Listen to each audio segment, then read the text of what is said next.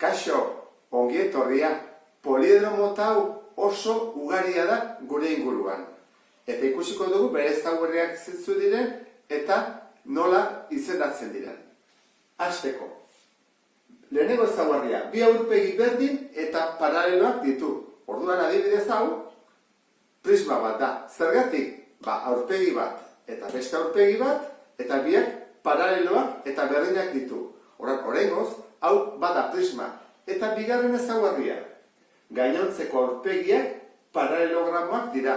Orduan, ikusten duzun bezala, dena dira paralelogramak. Orduan, honi deituko dugu prisma bat. Prismak, hemen ikusten duzun bezala, ditu goiko oinarria, beko oinarria, alboko aurpegiak, eta altuera. Altuera da aurpegi batetik bestera dagoen distantzia. Prismak izendatzeko eskema hau jarraituko dugu. Lehenengo esan behar dugu prisma dela, gero oinarriko alde kopurua zenbat dituen, gero zuzenaren edo zeiarraren, hauek zeiarrak dira, ikusten duzun bezala inklinatuak daude, orduan paralelogramoak dira, baina ez dira angelu zuzenak, ikusten duzun bezala. Adibidez izan daiteke Donostiko Kursal jauregia, edo Kursal eraikina, horrela dago. Edo Madrilgo Kio dorreak, edo baita deitzen zaie Europako atea, ezta? Orduan, horiek dira zeiarrak. Orduan, ikusi bat dugu zuzen alde edo zeiarra den. Zuzena baldin bada ez dugu esaten zuzena dela, jarraitu egiten dugu eskemarekin, eta esango dugu erregularra den, oina, edo irregularra den. Orduan, hasiko gara hau izendatzen. Prisma da. Zenbat alde ditu oinean? 1, 2, 3, 4, 5, 6, 7, 8. Orduan da, prisma oktogonal erregularra. 8 aldeak berdinak direlako eta poligono erregularra delako. Orduan esan dugu prisma oktogonal erregularra dago. Beste hau hartuko dugu, izendatuko dugu, zer da prisma baita ere, ikusten duzu, bi aurpegiak paraleloak dira eta berdinak, orduan jarrai ezagun. Oinarriko alde kopurua, zenbat ditu, 1, 2, 3, 4, 5, 6, orduan hexagonal da. Prisma hexagonal, zuzena da, eta erregularra. Nik erregularrak ekarri ditut, zengo diogu. Hau, zer da hau? Badirudi ez dela prisma bat, ez da? Bi aurpegi paraleloa, hori da etzanda dagoelako. Jartzen badugu horrela, orain bai da prisma, ez da? Ikusten duzu. Prisma hon daiteke horrela edo horrela. Kontuz gauza hauekin. Goazen izendatzea. Prisma, zenbat alde ditu oinarrian? 1, 2, 3, ordan da triangeluarra. Prisma triangeluar, zuzena da, eta erregularra. Beste hau. Honek zenbat alde ditu, 1, 2, 3, 4 oinarrian, ez da? Ikusten duzun bezala. Orduan, deituko genioke prisma lau angeluko gaizki gelditzen da. Orduan, alderantziz esango dugu, lau angeluko prisma erregular da. Baina, hain ohikoa eta hain normala dagoen gure inguruan, honek izen propio bat duela. Eta da, ortoedroa, horrela deitzen zaio. Orduan, ikusten badezute, zapata, kaja, itxurakoa, edo armario baten itxurakoa edo horrela, horrei ortoedroa deitzen diogu. Hau da, ortoedroa. Naiz eta deitu nahi bada prisma ere, bai. Hau zer da? Kubo bat. Baina prisma ere bada, bai, begira, bi alde paraleloak eta berdinak, horra deituko genioke hori ere bai, lau angeluko prisma erregular bat. Baina kuboa da. Gogoratu zaitezte baitere beste gauza batetaz. Paralelepipedoak dira prismak, lau angelukoak eta zeiarrak. Orduan, baldin baditugu alde guztiak, aurpegi guztiak paralelogramoz osaturik, deituko dugu paralelepipedoa. Prismen azalera nola kalkulatzen den ikusiko dugu. Lehenengo adibidea. Zer egin behar dugu? Lehenengo egin behar dugu garapen laua. Bere aurpegi guztiak jarri ditugu zabalduta. Orduan, egiten duguna da alboko aurpegiak edeki, 1, 2, 3, 4, 5 eta 6. Gero, goiko azala, edo goiko azalera, eta bekoa. Orduan, atea ditugu. Azalera guztiak, aurpegi guztiak. Orduan, hemen jarriko ditugu behar ditugun datuak. Hau badakigu zenbaden, bai, 8 zentimetro. Hau badakigu zenbaden, 10.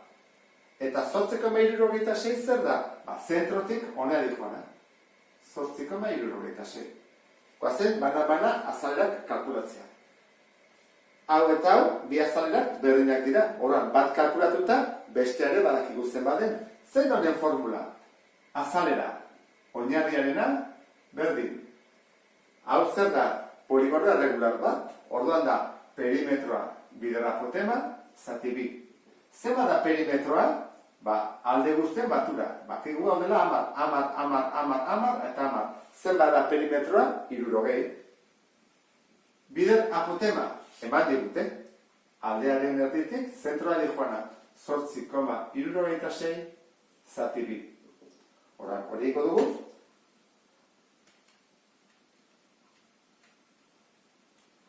Berreunda, 49,8 zentimetro karratu. Horen, alboko azalera behar dugu. Zeitxura du honek? Laukizuzena. Eta laukizuzena da, oinarri altura. Guazen ikustea. Zema da oina, hemenik horrean. Izango da, honen perimetro berdina, ez da? 10, gehi 10, gehi 10, gehi 10, gehi 10, gehi 10, 60. Eta, altura, 8, eman digute. 980 zentimetro karratu. Hori jakin da, horren, ata ezakegu, azalera totala edo guztia. Nola egiten da, bi aldiz, bi bider oinako azalera, gehi alboko azalera bat. Ezta? Horlako bi, tolako bat. Bueno, bi bider 249,8 gehi 980. Eta kalkulo...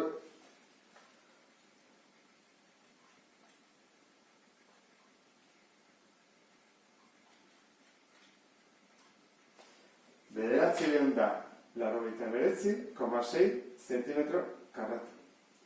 Eta hau izango izateke azalera totala. Bigarren prisma.